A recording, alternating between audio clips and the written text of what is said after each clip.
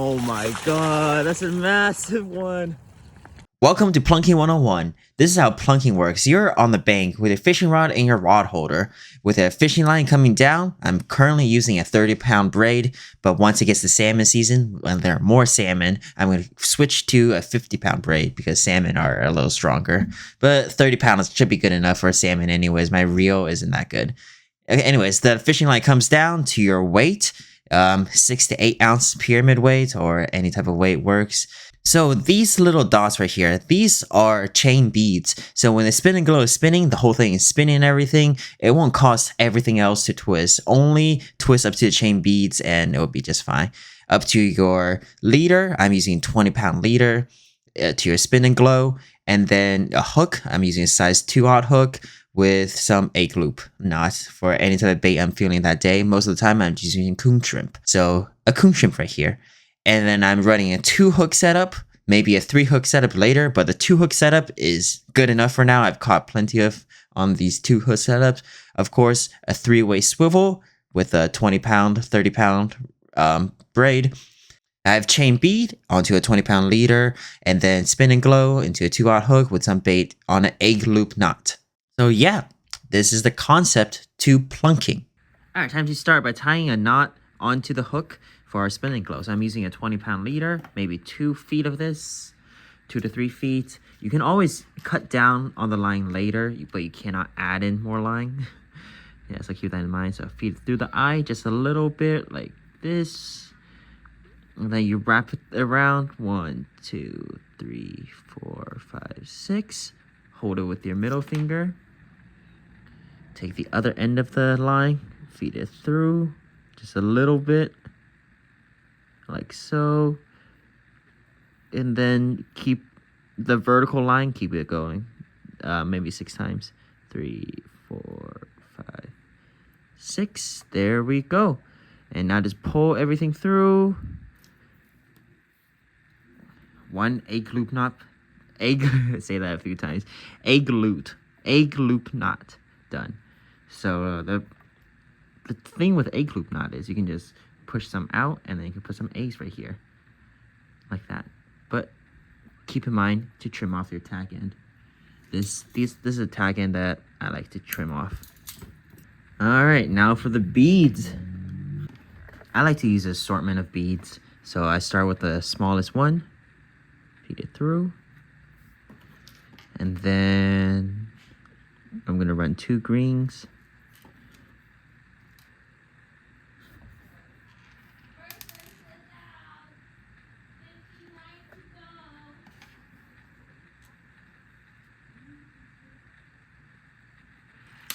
And then I'm going to put on this spin and glow thing. And then I'm going to run another one. And then another one. And then I'm going to put on the spin and glow. Come on, feed it through. This is the hardest part because the plastic's not cut out perfectly. So at the bottom, it'll look something like this. Maybe I'm going to switch the position. Maybe I'm going to move this one up a little bit. So I just flipped them. I just moved one of the green beads up here. Yeah, so this is how it's going to look. Always remember to do a little test. Alright, here's the egg loop knot. Hopefully this video will be better. Just feed it through a tiny bit and then you wrap it around 8 times. Or 6 to 8 times. 1, 2, 3, 4, 5, 6. I'll just do 6. Hold it there with your middle finger.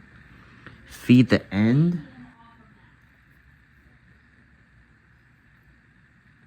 Right there. And then with the vertical one, see, look, the end is just barely out.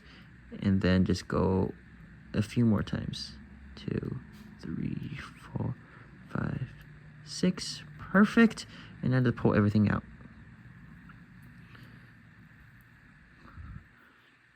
Keep holding everything tight if you need to change your grip. And then bam. Egg loop knot. And just cinch it down. It's totally fine if your egg loop knot looks a little ugly. The fish do not care how well your knot looks. Alright, remember to cut off your tag end because this tag end actually matters. Unlike your other tag ends. So with this one, I'm just gonna do a green one, and then a pink one, and then one of these.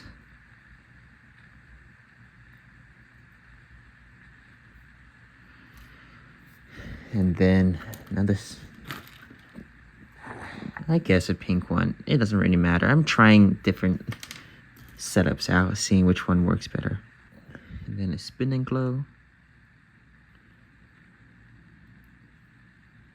Ideally, what some of the people were talking to me about was that you want different colors for the flashes. So during clear water, you want to go with yellow or bright chrome. But during dark, muddy water, you want something darker. So this one looks like this. Give it a quick test. Oh yeah, that spins really well. If I was a fish, I would probably eat this too.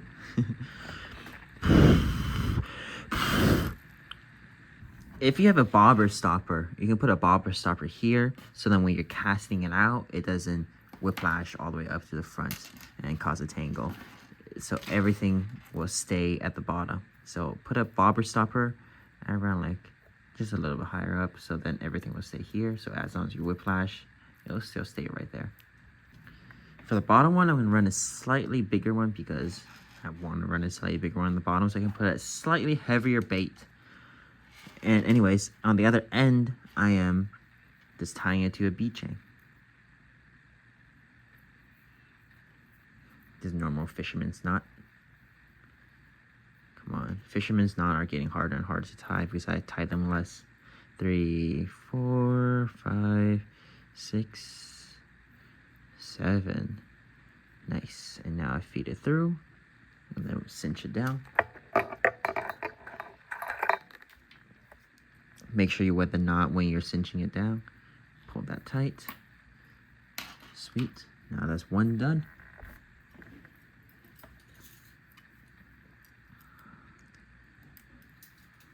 And then I'm going to take my 20-pound mono, and then I'm going to take my 20-pound leader again. I'm going to pull out 2 to 3 feet longer than whatever I have for my top one. This time, I'm going to tie another fisherman's knot to my bottom one. Trim off the tack end just a little bit. And then I'm going to take my corky. I run 2 corkies like this. Feed it through. And then take a thing like this. Feed that through.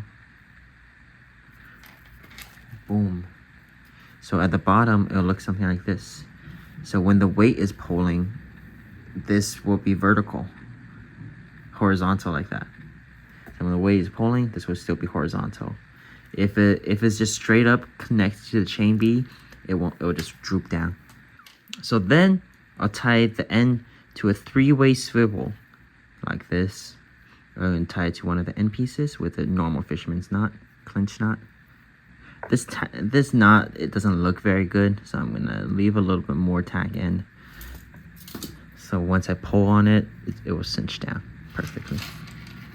So I'm going to find out how long this is, and then make sure my top one is a little bit like an inch or 2 shorter than that.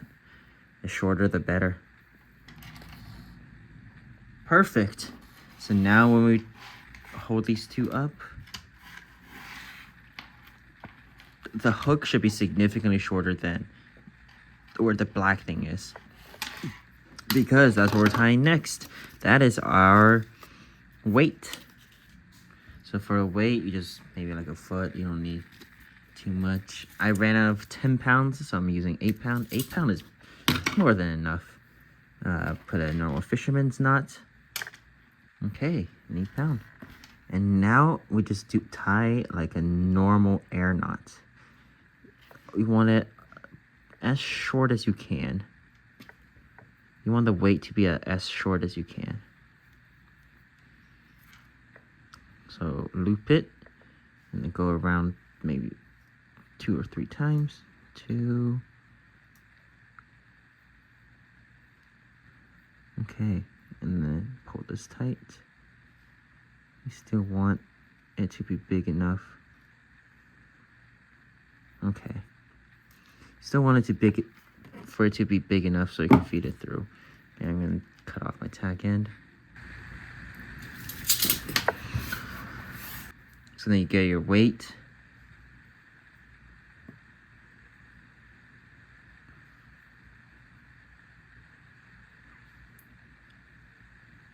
Put it through.